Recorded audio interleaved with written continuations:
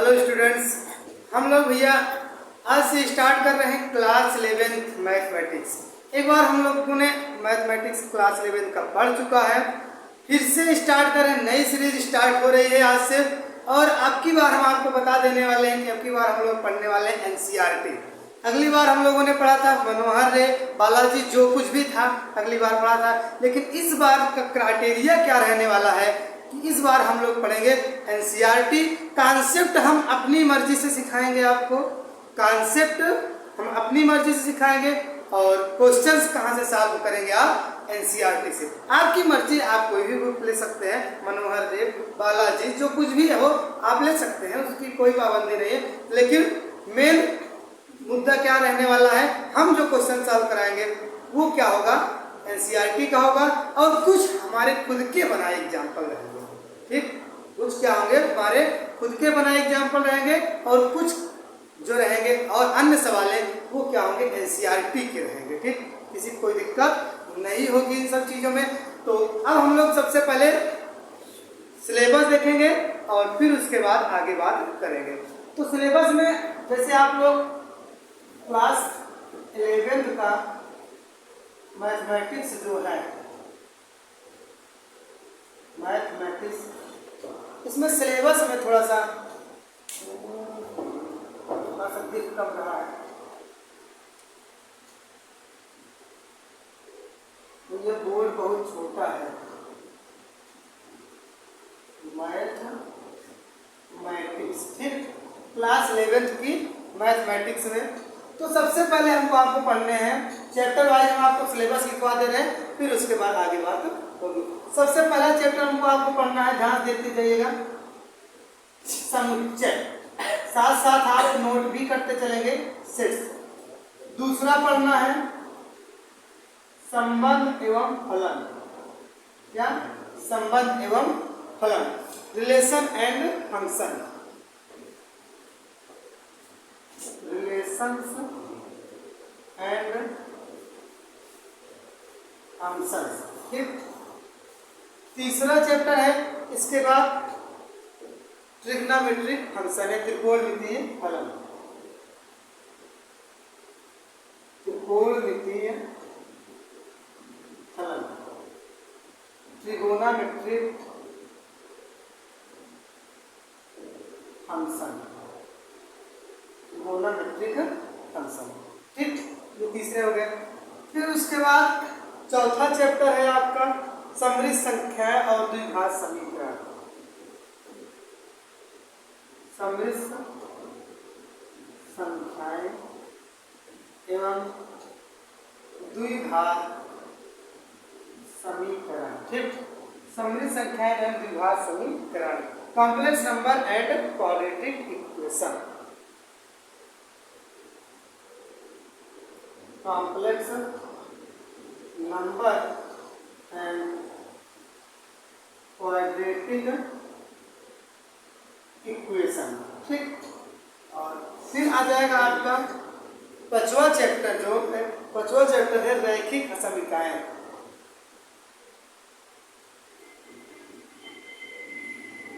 रैखिक असमीकरण। रैखिक असमीकरण को बोलते हैं लीनियर इनइक्वालिटीज, लीनियर इनइक्वालिटीज बोलते हैं। ठीक, क्या बोलेंगे, लीनियर इनइक्वालिटीज। 5 चैप्टर में। फिर उसके बाद छठवा आ जाता है क्रमचय और संचय, साथ साथ नोट करते चलेंगे, क्रमचय, और ये आपके नोट्स में होना चाहिए ताकि आपको पता रहे क्या पढ़ना क्या नहीं। क्रमचय और संचय, तो permutation and combination, permutation and combination, permutation and combination. फिर अगला आ जाएगा आपका 7वां नंबर, 7वें में पढ़ेंगे द्विपद प्रमेय, द्विपद प्रमेय, बायनोमियल थ्योरम, ठीक, क्या बाइनोमियल थ्योरम। तो जल्दी से नोट करें इसको, फिर उसके बाद आगे 7th चैप्टर हो गया, फिर उसके बाद 7th लिखते हैं।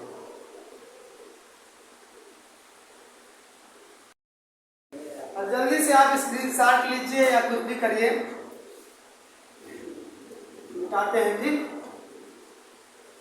7 तक हो गया ना भैया, तो अब हम लोग 8वां नोट करेंगे। थोड़ा सा सिलेबस इसलिए जरूरी है कि पढ़ने का हम लोग को पढ़ना है, लेकिन थोड़ा सा एक बार पता रहे कि हमको आपको पढ़ना क्या क्या है। ठीक, जैसे 8वां हो गया अनुक्रम और श्रेणी। ठीक, सीक्वेंस एंड सीरीज। 9वां हो गया सरल रेखाएं।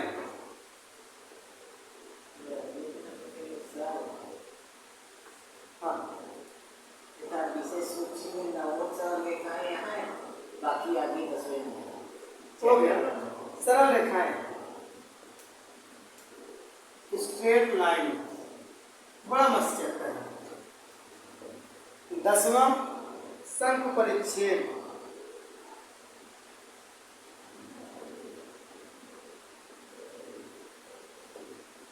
शंकु परिच्छेद, कोनिक सेक्शन।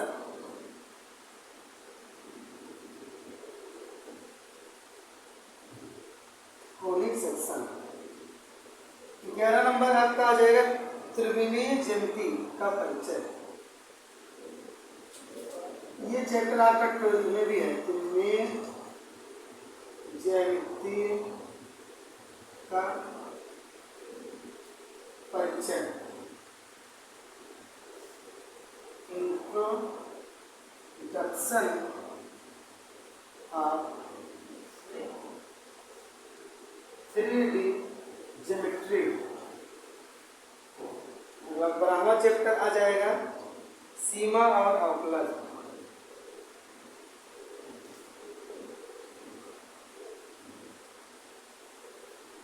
सीमा और अवकलन, लिमिट एंड डिफरेंशिएशन या डेरिवेटिव्स।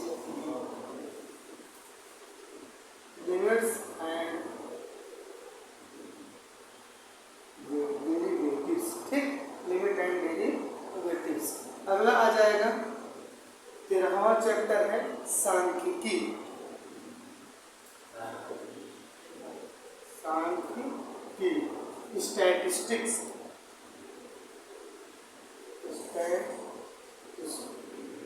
Statistics statistics. 14वां चैप्टर आ जाएगा प्रायिकता। प्रायिकता, प्रोबेबिलिटी। ठीक, तो ये हमारे क्या हो गए, हमको आपको टोटल कितने पढ़ने हैं, 3 कितना 14 चैप्टर पढ़ने हैं आपको। ठीक, तो नोट करें जल्दी से, फिर उसके बाद आगे चलें। जल्दी से नोट करें।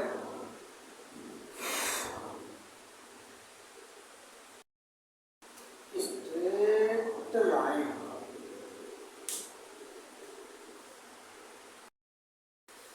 तो आई होप आप लोग ये नोट कर लिए होंगे। नोट नहीं किए हैं तब भी आप स्क्रीनशॉट लीजिए या कुछ भी करिए, और हम लोग स्टार्ट करेंगे। ठीक, तो बस 1 2 3 दिखा दे रहे हैं।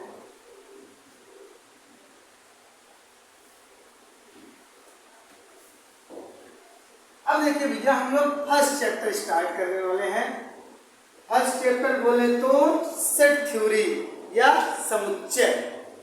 ठीक, क्या बोलेंगे, समुच्चय। पहला चैप्टर क्या है, समुच्चय। समुच्चय जिसे हम क्या बोलते हैं, सेट्स। ठीक, क्या बोलेंगे, सेट्स। तो थोड़ा सा ध्यान समझिएगा, थोड़ा सा कंसंट्रेशन से। ठीक, समुच्चय चैप्टर जो है बड़ा इंपॉर्टेंट है, बहुत इंपॉर्टेंट है। पहली बात तो आपको ये यूज में आएगा आपके इसी चैप्टर में, जो संबंध फलन पढ़ोगे। क्या, संबंध फलन। ठीक, फिर उसके बाद आगे जब आप कहीं भी जाएंगे, आप मान लीजिए ग्रेजुएशन करते हैं, मैथमेटिक्स लेते हैं, तो आप पढ़ेंगे ग्रुप थियरी। क्या पढ़ेंगे, ग्रुप थियरी। फिर आप पढ़ेंगे लीनियर अलजेब्रा। क्या पढ़ेंगे? Linear algebra. फिर पढ़ेंगे आप रियल एनालिसिस। क्या पढ़ेंगे? Real analysis. और आप पढ़ेंगे तो क्या बोलते हैं इंटीग्रल कैलकुलस, उसमें भी यूज होगा थोड़ा बहुत। इंटीग्रल कैलकुलस उसमें भी यूज होने वाला है। तो इन सभी चीज़ों में आप आगे पढ़ेंगे, इसमें बड़ा ही इम्पोर्टेंस है ये आपके सेट का, बड़ा ही इम्पोर्टेंस है सेट का। तो इसको आपको थोड़ा सा बना करके चलना है। तो आखिर समुच्चय के बारे में किसने विचार विमर्श दिया, इसको समझते हैं। समुच्चय के बारे में एक वैज्ञानिक थे, जॉर्ज, क्या नाम था उनका? George canter. क्या नाम था भैया? George canter. जॉर्ज कैंटर ने इसके बारे में 1845 या 1918, कब 1845 और 1918 के बीच में इसके बारे में विचार विमर्श अपना दिया था। ठीक, मतलब इसका जो जॉर्ज कैंटर है 1845 और 1918 के बीच में अपना जो भी किए हैं मैथमेटिक्स की दुनिया में। ठीक, तो थोड़ा सा समझिएगा, जॉर्ज कैंटर ने क्या किया, सेट के बारे में बताया। इसीलिए इन्हीं को, इसको जॉर्ज कैंटर को ही क्या कहा जाता है? समुच्चय का पितामह कहा जाता है। क्या कहा जाता है? पितामह कहा जाता है। बड़ी इंपॉर्टेंस बात है। हमारे यहाँ के मैथमेटिक्स में एक चीज़ चलती है कि जैसे कोई भी मैथमेटिशियन अगर किसी कॉन्सेप्ट को या किसी चैप्टर को अपने विचार विमर्श करता है उसके बारे में, तो उसको उस चैप्टर का पितामह कह दिया जाता है। बड़ी अच्छी बात है। ठीक, जैसे हम ही आप लोग कोई नई चीज़ बनाए तो अगर हमारा आपका नाम ना हो तो बेकार, अगर हमारा आपका नाम ही नहीं उसमें तो फिर मतलब क्या है इतनी मेहनत करने का? थोड़ी सी क्रेडिट होनी चाहिए। कोई भी हो, चाहे हम आप हों या कोई और मैथमेटिशियन हो, कोई साइंटिस्ट हो, अगर कुछ कर रहा है थोड़ा सा क्रेडिट अपनी तो लेवे करेगा। ठीक, थोड़ी सी क्रेडिट होनी चाहिए। ठीक, तो उसी क्रेडिट के हिसाब से हम लोग इनका नाम ले रहे हैं यहाँ, ताकि इनकी क्रेडिट बनी रहे कि जॉर्ज कैंटर साहब ने समुच्चय के बारे में अपना विचार विमर्श दिया था। बात समझ गई? क्लियर मामला? अब थोड़ा सा और आप सुनिए, सुनते जाइए, सुनना शुरू कर दीजिए, सुनते रहिए और सुनते जाइए। ये ऐसा चैप्टर है सेट्स और इसके बाद का रिलेशन एंड फंक्शन ऐसा चैप्टर है कि आपको लिखना कम और सुनना ज़्यादा पड़ेगा। और ये चैप्टर ऐसे है कि आपको लैंग्वेज में बातें होंगे। गणित आप अभी तक पढ़ते थे अंकों में, ज़्यादातर इन सभी चैप्टर में आप लोग क्या करेंगे? लैंग्वेज में बातें करेंगे। बात समझ में आई? तो आगे थोड़ा समझा जाए। और अब थोड़ा सा समझिए, हम बात करते हैं थोड़ा सा समुच्चय के बारे में। समुच्चय है क्या? ठीक, समुच्चय क्या होते हैं? सेट्स। इस सेट शब्द को पकड़ के चलिए, इस सेट शब्द को पकड़ के चलिए तो आपको ज्यादा समझ में आएगा। सेट का मतलब क्या है? एक सेट होना, एक क्या होना? एक सेट होना। आप जैसे कह सकते हैं कि कभी आप लोग बुक वगैरह खरीदे हो, उसके साथ प्रैक्टिस सेट देते हैं। क्या देते हैं? प्रैक्टिस की एक अलग से बुक दे देते हैं, तो क्या बोलते हैं उसे? Practice set. ठीक, उसमें क्या होता है? क्वेश्चनों का सेट होता है। उसमें क्या होते हैं भैया? क्वेश्चन ही क्वेश्चन होते हैं, इसलिए उसे क्या बोलता है? प्रैक्टिस सेट बोला जाता है। क्यों? क्योंकि क्वेश्चन ही क्वेश्चन होते हैं, उन क्वेश्चन से हम लोग क्या करते हैं? प्रैक्टिस करते हैं, इसलिए उसे क्या बोलते हैं? प्रैक्टिस सेट बोलते हैं। जैसे हम आप लोग कोई भी दो चीजें लिए और वो एक दूसरे से फिट हो गई, एक दूसरे में सेट हो गई, क्या हो गई? सेट हो गई, सेट बोलेंगे। हम लोग कपड़ा लेने जाते हैं, शर्ट ले लिए, बोलेंगे भैया शर्ट के साथ पैंट भी दे दीजिए, तो एक सेट हो गया। क्या हो गया? एक सेट हो गया। शर्ट पैंट ले लिए, एक सेट हो गया। साथ साथ में जूता भी मिल जाए तो पूरा सेट मिल जाए, हाँ, तो क्या हो जाता है? पूरा एक सेट हो जाता है। यही सेट है, यही क्या? एक सेट है। इसी तरह से हमको आपको नंबर में देखना है, नंबर में कौन कौन से सेट कैसे आते हैं। ठीक, जैसे बहुत सारे आपको एग्जाम्पल्स मिल जाएंगे। आप जैसे आपको दे दिया जाए, कह दिया जाए कि भैया ये ब्लैक पेन है, ये ब्लू पेन है, ये ब्लैक पेन का एक क्या है? इकट्ठा है, गट्ठर है, तो ब्लैक पेन का सेट है। एक अलग से दे दिया जाए वो क्या होगा, ब्लू पेन का एक सेट होगा। आपको मार्कर दे दिया जाए, मार्कर का गट्ठर तो मार्कर का गट्ठर होगा। ठीक, बात समझ में आ रही नहीं? तो मार्कर का सेट है। तो इस तरह से ये सेट है कि एक दूसरे से क्या होता है, ये फिट हो जाए, मतलब एक वेल डिफाइन हो। अब थोड़ा थोड़ा हम लोग लैंग्वेज पे आ रहे हैं, थोड़ा थोड़ा मैथमेटिक्स की भाषा पे आ रहे हैं। क्या हो, वेल डिफाइन हो, एकदम सही तरीके से क्या हो, संतुष्ट हो। वेल डिफाइंड का मतलब एक एग्जांपल आपको बताते हैं। जैसे हमने कह दिया कि हमने क्या कहा, एक सेंटेंस बोल रहे हैं, गौर से समझिएगा। हम ये कह रहे हैं कि एक समुच्चय ए है, एक समुच्चय ए है जो सब संख्याओं का समुच्चय है। तो माइंड में बात खटकी होगी, सम संख्याओं का समुच्चय का मतलब इसमें भैया 2 से कटने वाली संख्या होंगी। हमने कुछ नहीं कहा, केवल एक सेंटेंस बोला सम संख्याओं का समुच्चय है, लेकिन माइंड में बात खटकी ना, तो ये क्या हो गया, हमको आपको पता चल गया, हमने एक गुण बता दिया। क्या बता दिया, एक गुण बता दिया कि क्या हो गया, सम संख्याओं का समुच्चय हो गया। हम बोल रहे हैं, हम एक सेंटेंस बोल रहे हैं कि भैया एक प्राकृतिक संख्याओं का समुच्चय है, नेचुरल नंबर का समुच्चय है। तो नेचुरल नंबर का समुच्चय है, आपके माइंड में बात खटकी होगी। अगर नेचुरल नंबर कभी पढ़ा है, हमने आपको वीडियो प्रोवाइड कर दिया है, नेचुरल नंबर कॉम्प्लेक्स नंबर सबका, कायदे से आप जाकर के उसको पढ़ करके आइए, या कहीं से भी पढ़िए, किसी भी गुरु जी से, किसी भी सर जी से, किसी भी यूट्यूब चैनल से, कहीं से भी पढ़िए, लेकिन आपको नंबर की जानकारी होनी चाहिए। तो बात करें थे, अगर हमने बोला कि क्या नेचुरल नंबर, तो मन में बात खटकेगी कि नेचुरल नंबर में 0 नहीं होता है, 1 से शुरू होगी संख्या। कहाँ से शुरू होगी भैया, नेचुरल नंबर को यहाँ से व्यक्त करते हैं, कहाँ से शुरू होगी भैया, 1 2 3 4 5 एंड सो ऑन। बात समझ में आ रही नहीं? 1 2 3 4 5 एंड सो ऑन, क्लियर है? तो अगर नेचुरल नंबर बोला तो दिमाग चल गया ना कि 0 नहीं होगा, माइनस वाली संख्या नहीं होगी।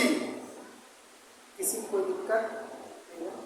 इस तरह से हमको आपको देखना है, इसमें क्या एक गुड सेटिस्फाइड हो रहा है, वेल डिफाइंड है ये। ठीक, तो इसे क्या बोलेंगे, एक समुच्चय बोलेंगे। या हम एक एग्जांपल आपको दे दें कि सम संख्याओं का, या आपको ऐसा बोल दें कि 10 से छोटी सम संख्याओं का समुच्चय, 10 से छोटी सम संख्याओं का समुच्चय बोलेंगे। तो भैया माइंड में खटकेगी कि पहले 2 फिर 4 फिर 6 फिर 8, क्या 10 भी लेंगे? नहीं, क्योंकि 10 से छोटी कह रहे हैं। ठीक, तो 10 से छोटी सम संख्याएं ये मिली ना चारों, तो ये क्या हो गई, 10 से छोटी सम संख्याओं का समुच्चय हो गया। हम आपको सिखा रहे हैं, बार बार बता रहे, हम लिखवा नहीं रहे, हम आपको सिखा रहे हैं। किसी कोई दिक्कत नहीं होनी चाहिए। तो थोड़ा सा हम लोग सेट की डिफिनेशन को डिफाइन करते हैं। सेट डिफिनेशन है क्या?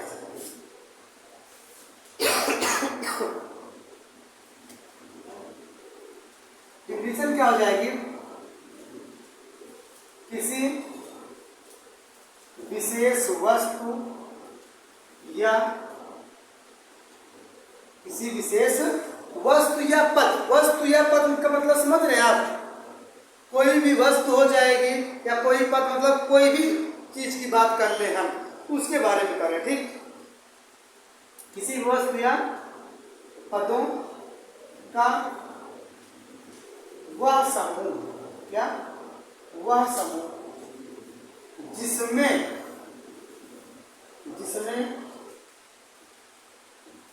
कोई विशेष गुण, क्या विशेष गुण पाया जाता हो, इसे क्या बोलेंगे, समुच्चय या सेट कहते हैं। सेट कहलाता है, क्या कहलाता भैया, सेट कहलाता है। क्या विशेष गुण हो सकता है? एग्जाम्पल जैसे हमने भी दिया था, क्या भैया कि मान लो 9 से छोटी सम संख्याओं का समुच्चय,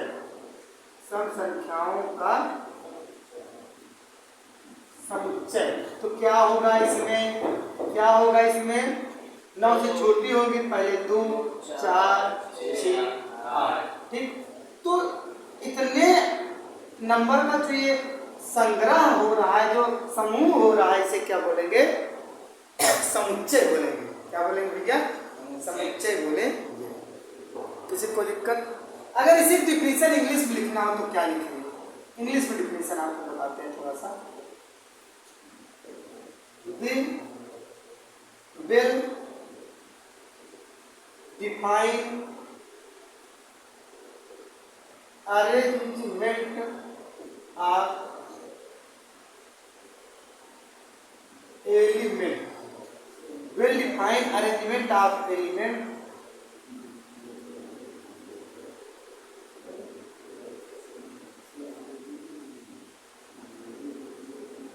known as set। क्या भैया? known as set। तो ये इंग्लिश में डिफिनीशन हो गई। वेल डिफाइंड मतलब क्या हो? सही हो, एकदम संतुष्ट करे कंडीशन को, किसी न किसी कंडीशन को। अरेंजमेंट का मतलब संग्रह, ठीक। आप एलिमेंट मतलब किसी भी तत्व का, उसे हम क्या बोलेंगे? सेट बोल देंगे। क्लियर मामला, ठीक। तो इंग्लिश में आपको जरूरत नहीं है डिफिनीशन लिखने की, तो इसको हटा देते हैं। तो और भी बहुत सारे एग्जाम्पल हो सकते हैं सेट के, ठीक। और भी बहुत सारे एग्जाम्पल हो सकते हैं सेट के। जैसे आपको बोल दिया जाए कि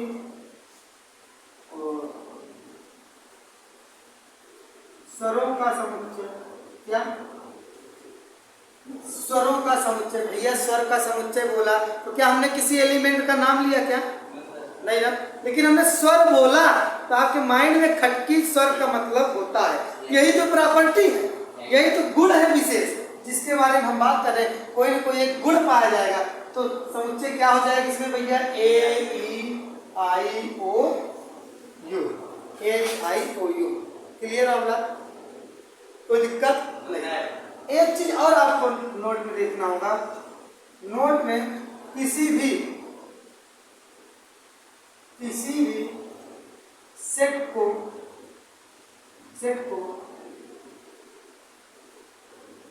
वर्णमाला बोलो या अल्फाबेट बोलो, कुछ भी बोलो, अल्फाबेट के कैपिटल लेटर से व्यक्त करते हैं, कैपिटल लेटर से व्यक्त करते हैं और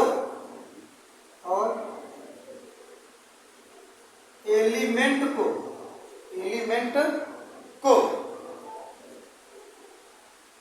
कर्ली ब्रैकेट, ये क्या है? कर्ली ब्रैकेट के अंदर लिखते हैं। बात समझ में आ गई? नहीं किसी कोई दिक्कत बताओ? कोई दिक्कत नहीं होनी चाहिए, एकदम क्लियर है ना बेसिक? अगर आपको बेसिक क्लियर है तो चैप्टर हम दावे के साथ कह सकते हैं आपको समझ में आएगा, ठीक। कोई प्रॉब्लम यहाँ तक नहीं होनी चाहिए। तो बस आज के लिए इतना काफी है, नोट करें, फिर हम लोग इसी सेट थ्योरी को आगे कंटिन्यू करेंगे, ठीक। आज के लिए इतना काफी है, फिर मिलेंगे नेक्स्ट डे इसी सेट थ्योरी के साथ। तब तक के लिए जुड़े रहें, बने रहें, लक्ष्य के साथ सफलता अवश्य मिलेगी। जय हिंद।